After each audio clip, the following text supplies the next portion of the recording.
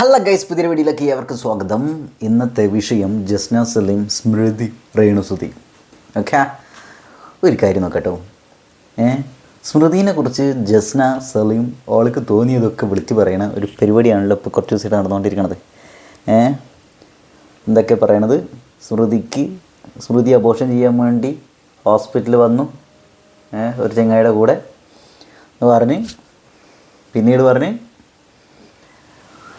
അവിടെ പല സ്ഥലങ്ങളിൽ ഹോട്ടലുകളിൽ എന്തൊക്കെയല്ലേ ഒക്കെ അവിടെ റൂം എടുത്തായിരുന്നു, അവിടെ കണ്ടിരുന്നു, അങ്ങനെ ഇങ്ങനെ എന്നൊക്കെ പറഞ്ഞിട്ട് എന്തൊക്കെ വിടുവായിത്തരം ഇങ്ങനെ തോന്നിയതൊക്കെ കൊതക്കി പാട്ട് പറഞ്ഞവരിങ്ങനെ പറഞ്ഞുകൊണ്ടിരിക്കണം. അപ്പോൾ കുറേ ആളുകൾ പ്രതികരിച്ച് കണ്ടു. സ്മൃതിക്ക് ഐക്യദാർഢ്യം പ്രകടിപ്പിച്ചുകൊണ്ട് നമ്മളൊരു വീഡിയോ ചെയ്തായിരുന്നു. അങ്ങനെയുണ്ട് പറയാൻ പാടുണ്ടോ? എന്തപ്പത് അല്ലേ? ആരും ചോദിക്കാനും പറയാനില്ല എന്നാണ്. അപ്പോൾ ഒരു കാര്യം നോക്കട്ടോ, എനിക്ക് ഒന്ന് രണ്ട് കാര്യങ്ങൾ ഇതിലൊന്ന് ആഡ് ചെയ്യാനുണ്ടേ. ഞാൻ തിരിച്ചറിഞ്ഞു കേട്ടോ, ഈ ചേച്ചി ഒരു യൂട്യൂബറാണ്. ഞാൻ വന്നതെന്ന് വെച്ചാൽ ഒരു അബോർഷൻ സംബന്ധമായിട്ടുള്ള ഒരു കാര്യത്തിനാട്ടോ വന്നത്.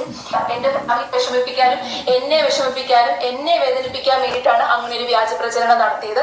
കേസ് കൊടുത്താലൊന്നും അവർക്ക് പേടിയില്ല എന്ന് എന്റെ അടുത്ത്. ഹായ് ഗൈസ്, അധികം ആർഭാട വർത്തമാനത്തിലോട്ടൊന്നും പോവാണ്ട് ഇന്നത്തെ വീഡിയോയിലോട്ട് എല്ലാവർക്കും സ്വാഗതം. വീഡിയോ ഇഷ്ടപ്പെട്ടിട്ടുണ്ടെങ്കിൽ ലൈക്ക് അടിക്കാനും കമന്റ് അടിക്കാനും അതിന്റെ കൂടെ തന്നെ എൻ്റെ ചാനൽ സബ്സ്ക്രൈബ് ചെയ്യാനും നിങ്ങൾ മറക്കരുത്. പിന്നെ നമ്മുടെ ഒക്കെ ചെയ്യാം. ഞാൻ ഇവരെ കുറിച്ചിട്ടല്ല കേട്ടോ ഇത് വീഡിയോ ചെയ്യുന്നത്. എനിക്ക് ആ വോയിസ് വേറെ വീഡിയോ ഒന്ന് കിട്ടി, അപ്പോൾ ഞാനൊരു വീഡിയോ ചെയ്യാൻ വിചാരിച്ചു. അത്രയേ ഉള്ളൂ. അതായത് ഒരാളെക്കുറിച്ച് നമുക്ക് വായ തോന്നിയതൊക്കെ വിളിച്ച് പറയുക എന്നുള്ള സ്വാതന്ത്ര്യമുണ്ട്. പക്ഷേ ഒരു പ്രശ്നം എന്താ വെച്ചിട്ടുണ്ടെങ്കിൽ,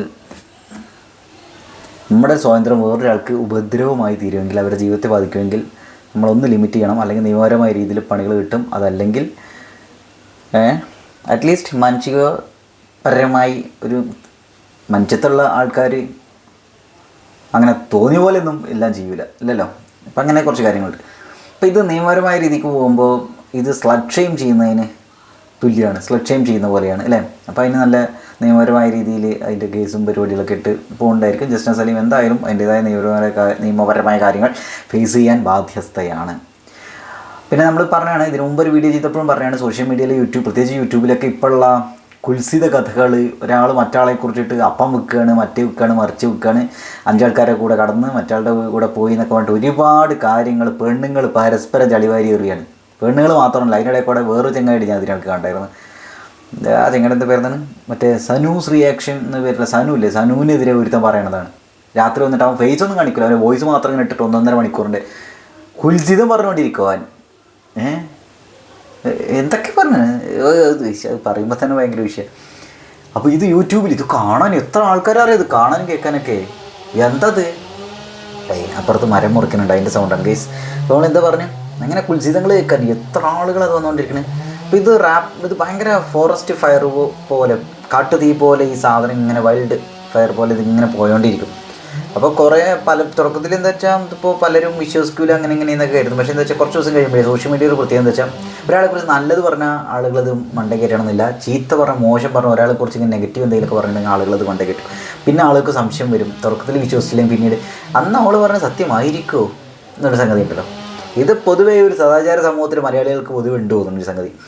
അപ്പോൾ ഞാനിവിടെ ആലോചിക്കുന്നത്, സ്മൃതിയോട് എന്തായാലും ഐക്യദാർഢ്യം. കാരണം അങ്ങനെ ഒരാളെക്കുറിച്ച് ജസ്ന സലീമൊക്കെ അങ്ങനെ പറയും. ജസ്ന സലീം എന്നല്ല ആര് പറഞ്ഞാലും അത് ഒരാളുടെ ഭാവിയെ, അവരുടെ ഒരു ജീവിതത്തേക്ക് വളരെ നെഗറ്റീവായിട്ട് ബാധിക്കുന്ന ഒന്നാണെങ്കിൽ നമ്മളത് ചെയ്യാൻ പാടില്ലല്ലോ. അതും ഒരു തെളിവില്ലാണ്ട് ഒരാൾ വന്നിട്ട് ഇങ്ങനെ ആരോപിക്കുകയാണ് ഒരു കാര്യം. അപ്പോൾ ഇത് ഇപ്പോൾ കൊയിലാണ്ടി ഹോസ്പിറ്റലിലാണ് അബോർഷന് വന്നതെന്നൊക്കെ ഉള്ള ഓൾ ആരോപിക്കണം ജസ്ന സലീം. അപ്പോൾ ആ CCTV ഒക്കെ എടുത്ത് നോക്കിയിട്ടുണ്ടെങ്കിൽ അതിൻ്റെ കാര്യങ്ങളൊക്കെ അറിയും എന്താ അവസ്ഥ എന്നാണ്. അത് ഇതൊക്കെ ഈ ചർച്ച ചെയ്യേണ്ട ഒരു കാര്യമാണോ? ഒക്കെ അതാണ് മനസ്സിലാവാത്തത്. അതവിടെ നിൽക്കട്ടെ. എന്തായാലും ഇങ്ങനെ ജസ്ന സലീം ഇങ്ങനെ വലിയ സീരിയസ് ആയിട്ട് പറയുമ്പോൾ ഒരാൾ ഇപ്പോൾ ഇതിൻ്റെ വേറെ കാര്യം രണ്ടാമത് പറഞ്ഞ ഒരു ആരോപണമല്ലേ, ഹോട്ടലുകളിൽ കണ്ടു അങ്ങനെ എന്താണെന്ന് പറയുന്നത്, പല ലോഡ്ജിലൊക്കെ റൂം എടുത്തിട്ട് കണ്ടു ഓളെ, അതുകൊണ്ടാണ് അവളുടെ കല്യാണം മുടങ്ങിയെന്നൊക്കെ പറഞ്ഞിട്ട് ഇങ്ങനെ കുറേ സാധനങ്ങൾ വരും. ഞാനൊരു കാര്യം പറയട്ടെ, ഒരാൾക്ക് ഇതൊന്നാമത്തെ കാര്യം ബേസ്ലെസ് ആയ ആരോപണങ്ങളാണെന്നാണ് പൊതുവേ പറയണത്. എനിക്കറിയില്ല. അപ്പോൾ ഞാനിത് എന്തായാലും ഇത് വെറുതെ ഒരു ഗോസിപ്പായിട്ട് റൂമറായിട്ട് ഒരാളെ ചെളിവരുത്തേക്കാൻ വേണ്ടിയുള്ള സംഗതിയായിട്ടാണ് ഞാൻ എടുക്കണത്. ഓക്കെ, അപ്പോഴൊരു സംശയം, ഇത്രയും എഡ്യൂക്കേറ്റഡ് ആയിട്ടുള്ള ആളുകൾ എന്തുകൊണ്ടായിരിക്കും ഈ ഒരു മൾട്ടിപ്പിൾ റിലേഷൻഷിപ്പുകളെ, ഇപ്പോൾ ഞാൻ ഇത് സത്യമാണ് നല്ലതായിട്ട് പറഞ്ഞു തരുന്നത്, ഞാനൊരു മൾട്ടിപ്പിൾ റിലേഷനുള്ള കൺസെപ്റ്റിനെ ഇത്രയും മോശമായിട്ട് എടുക്കേണ്ടാവും, അല്ലെങ്കിൽ ഒരാൾക്ക് ഒരു പ്രണയം തോന്നുന്നു, ഇഷ്ടം തോന്നുന്നു, റിലേഷൻഷിപ്പ് ഉണ്ടാവുക എന്ന് പറയുന്നത്. ഇപ്പോൾ ഒരാളെ ലോഡ്ജിൽ കണ്ടു എന്ന് പറയുമ്പോൾ ഇത് എന്തുകൊണ്ട് ആളുകൾ ഇത് വലിയ മോശമാണ്, അല്ലെങ്കിൽ മോശമാണെന്നല്ല പറയുന്നത്, എന്തോ മൊത്തത്തിൽ അയാളുടെ ജീവിതം തകർന്നു പോകുന്നുള്ള രീതിയിലൊക്കെ ആക്കണത് എനിക്കത് മനസ്സിലാവണില്ല. അതേ സദാചാര സമൂഹമാണ്, അതിൻ്റെ ഒരു കാര്യമാണത്. ഇപ്പോൾ മൈത്രേൻ്റെ ഒക്കെ ഇൻ്റർവ്യൂസ്, മൈത്രേൻ്റെ ടോക്സൊക്കെ വർത്തമാനങ്ങളൊക്കെ കേൾക്കുന്ന ആളുകൾക്ക് ഇത് ഇതെന്ത് ഇങ്ങനെ പറയണത് എന്നൊരു സംഗതി നമുക്ക് തോന്നുന്നുണ്ടായിരിക്കാം. എനിക്കങ്ങനെ തോന്നിയത്, ഒരാൾക്ക് മറ്റൊരാളെ റിലേഷൻഷിപ്പ് ഉണ്ടായിരുന്നു, അല്ലെങ്കിൽ മറ്റൊരാളെ ലോഡ്ജിൽ നിന്ന് കണ്ടു എന്നൊക്കെ പറയുമ്പോൾ സോ വാട്ട്, അതിനെന്താണ്? ഇനിയിപ്പോൾ അത് സത്യമാണെങ്കിൽ തന്നെ എന്താണ് ഇപ്പോൾ അതിനിപ്പോൾ പ്രശ്നം? എന്താ ലോഡ്ജിൽ കണ്ടെങ്കിൽ എന്താ പ്രശ്നം? പിന്നെ വേറെ ഇതിൽ റിയാക്ഷൻ വീഡിയോ വരുന്ന പല പെണ്ണുങ്ങളും ചെയ്യുന്ന ഒരു വേറെ കാര്യമുണ്ട്. ഒരു 4 മിനിറ്റിൽ പറയേണ്ട പല സാധനങ്ങളും 18, 20, 25 മിനിറ്റിലേക്ക് ഈ സാധനം ഇത് വ്യൂസ് ഉണ്ട്, ഈ സംഗതി വ്യൂസ് ഉണ്ട്. ഓക്കെ, ഇത് വേറൊരു രീതിയിലാണ് കാര്യങ്ങളൊക്കെ പോകുന്നത്. അത് അവർ അവതരിപ്പിക്കുന്ന രീതി കണ്ടാൽ മനസ്സിലാവും. ഞാൻ ഇവരുടെ കാര്യമല്ല പറഞ്ഞത്, ആമി അൺഫിൽറ്റേഡ് അവരുടെ കാര്യമല്ല പറയണത്, വേറെ പലരും. ഞാൻ പേര് പറഞ്ഞില്ല, ഇനി പേര് പറഞ്ഞിട്ട് വേണം നമുക്ക് വേറെ പല പ്രശ്നങ്ങളുണ്ടാവും. അത് ഒന്നാമത്തെ കാര്യം. സദാചാര സമൂഹത്തിൽ അത് വലിയ കാര്യം, വലിയ ബാധകമായിട്ടൊക്കെ തോന്നണത്. ഒരാൾ ഒരു സ്ഥലത്ത് നിന്ന് കണ്ടു എന്ന് പറഞ്ഞാൽ അതിനിപ്പോൾ എന്താ പ്രശ്നം? എന്താ ഇന്ന് എഴുതി ജസ്വാസ് അലി അങ്ങനെ പറഞ്ഞതിന് സപ്പോർട്ട് ചെയ്യണമെന്നല്ല കേട്ടോ, ധിക്കാരാണ് അവൾ പറഞ്ഞത്. പക്ഷെ അങ്ങനെ പറഞ്ഞു എന്നുള്ളതുകൊണ്ട് ഒരു അതെന്തോ മൊത്തത്തിൽ ജീവിതം തകർന്ന രീതിയിലൊക്കെ ചിന്തിക്കേണ്ട കാര്യം എന്താണ്?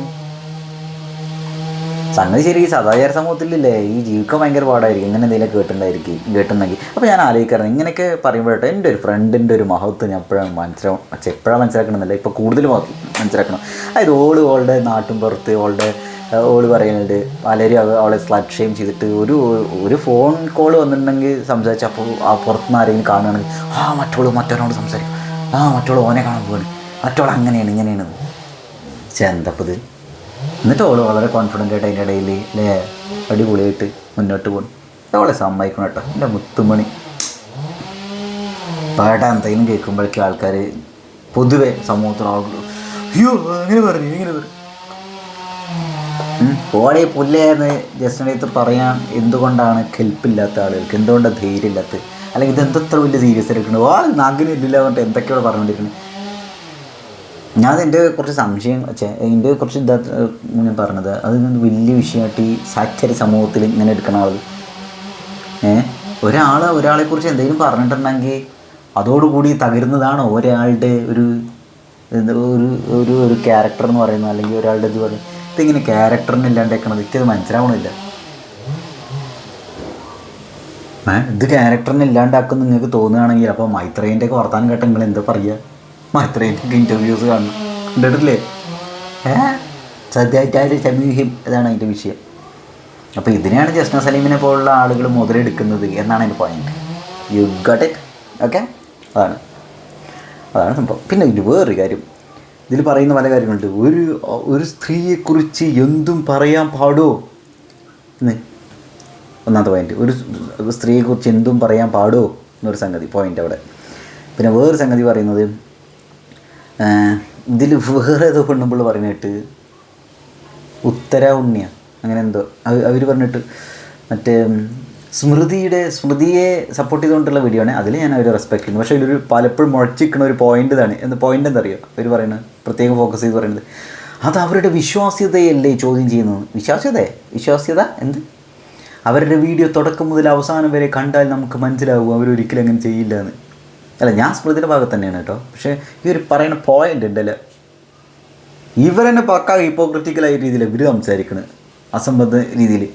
ഇങ്ങനെ ഒരാളുടെ വീഡിയോ തുടക്കം മുതൽ അവസാനം വന്ന് കണ്ടിട്ടുണ്ടെങ്കിൽ ആളുടെ സ്വഭാവം എങ്ങനെയാവുമെന്ന് മനസ്സിലാവുക? എനിക്ക് മനസ്സിലാവണില്ല. എങ്ങനെ ഇത്? അത് എനിക്ക് ഇതിനെക്കുറിച്ച് ധാരണ ഇല്ലാത്തതുകൊണ്ടാണ്. അത് ശരി.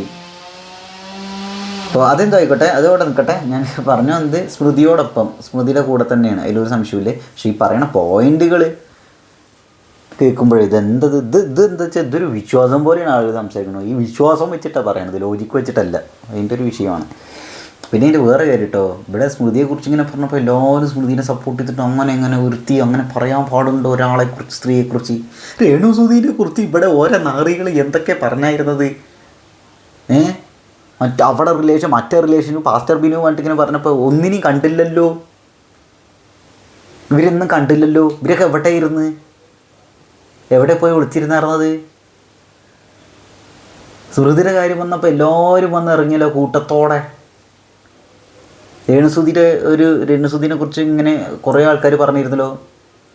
എന്താ Bichu stock, Athul vlogs, V hero, Rayappan, Raji talks ഇങ്ങനെ സംസാരിച്ചപ്പോൾ എത്ര പേര് രേണുസുധീനെ സപ്പോർട്ട് ചെയ്തുകൊണ്ട് സംസാരിച്ചു, എത്ര പേര് വന്നു. അത് ശരി, ഞാൻ സ്മൃതിനെ കുറ്റം പറയണതല്ല കേട്ടോ. ആരെക്കുറിച്ചും ആര് സ്ലട്ട് ഷെയിം ചെയ്യുകയാണെങ്കിലും അത് വളരെ മോശപ്പെട്ടൊരു കാര്യമാണ്.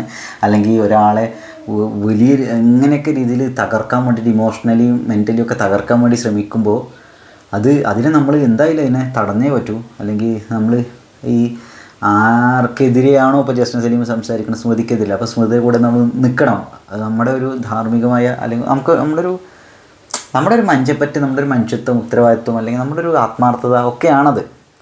ഇതേ ആത്മാർത്ഥം, ഉത്തരവാദിത്വം ഒക്കെ നമുക്ക് രേണുസുധീരത്ത് വേണ്ടേ? എന്താ രേണുസുധീരത്ത് ആളുകൾ കാണിക്കാത്തത്? രേണുസുധീരത്ത് എന്തു ആവാന്നാണോ? രേണുസുധിക്ക് വട്ടാണെന്ന് പറഞ്ഞിട്ട് ദയാച്ചു വന്നപ്പോൾ ഒരു നാറികളെയും കണ്ടില്ലല്ലോ രേണുസുധീനെ സപ്പോർട്ട് ചെയ്യാൻ. ഇപ്പം ഇവിടുന്ന് വരണത് മുളച്ചു പോന്താണത് എല്ലാവരും കൂടി കൂട്ടത്തോടെ. എനിക്കത് മനസ്സിലാവണില്ല എന്താ സംഗതി. ഇതിനാണ് ഇരട്ടത്താപ്പ് എന്ന് പറയുന്നത്, ഡബിൾ സ്റ്റാൻഡേർഡ്സ്. ഇവിടെ പലരായിട്ടുള്ള റിലേഷൻഷിപ്പ് ഉണ്ട്. സ്മൃതിക്ക് ജസ്ന സലീം പറഞ്ഞപ്പോൾ ഞാൻ സ്മൃതിയുടെ കൂടെ തന്നെയാണ്. ജസ്ന സലീം പറഞ്ഞപ്പോൾ എല്ലാവരും സപ്പോർട്ട് ചെയ്യാൻ വരുന്നുണ്ടല്ലോ സ്മൃതിയെ. അതെന്താ രേണുസുധീനെ കുറിച്ച്, രേണുസുധിക്ക് മറ്റവനായിട്ട് റിലേഷൻഷിപ്പ് ഉണ്ട്, വേറൊരുത്തനെ കെട്ടി അങ്ങനെ ഇങ്ങനെയെന്നൊക്കെ പറഞ്ഞിട്ട് ഓരോന്ന് വന്നിട്ട് ഇങ്ങനെ പറഞ്ഞപ്പോൾ എന്തുകൊണ്ടാണ് നിങ്ങൾ രേണുസുധീനെ സപ്പോർട്ട് ചെയ്യാൻ വരാണ്ടിരുന്നത്? നിങ്ങൾ എവിടെയായിരുന്നു? നല്ല രസമുണ്ടല്ലേ? എന്താ നിങ്ങളുടെ ഒരു ചിന്ത എന്താണ്? രേണുസുധീനെ കുറിച്ച് എന്ത് പറഞ്ഞാലും നിങ്ങൾക്ക് കേൾക്കാനും കാണാൻ നല്ല രസം. സ്മൃതിനെ കുറിച്ച് പറഞ്ഞാൽ നിങ്ങൾക്ക് സഹിക്കൂല അല്ലേ? ഇതെന്താ സംഭവം? ഇതിൻ്റെ കാരണം എന്താ? അപ്പോൾ നിങ്ങൾക്ക് ഇഷ്ടമുള്ള ഒരാളെക്കുറിച്ച് വേറൊരാൾ എന്തെങ്കിലും പറഞ്ഞിട്ടുണ്ടെങ്കിൽ നിങ്ങൾ മറ്റാളെ സപ്പോർട്ട് ചെയ്യും. ആരെ? നിങ്ങൾക്ക് ഇഷ്ടമുള്ള ആളെ സപ്പോർട്ട് ചെയ്യും അല്ലേ?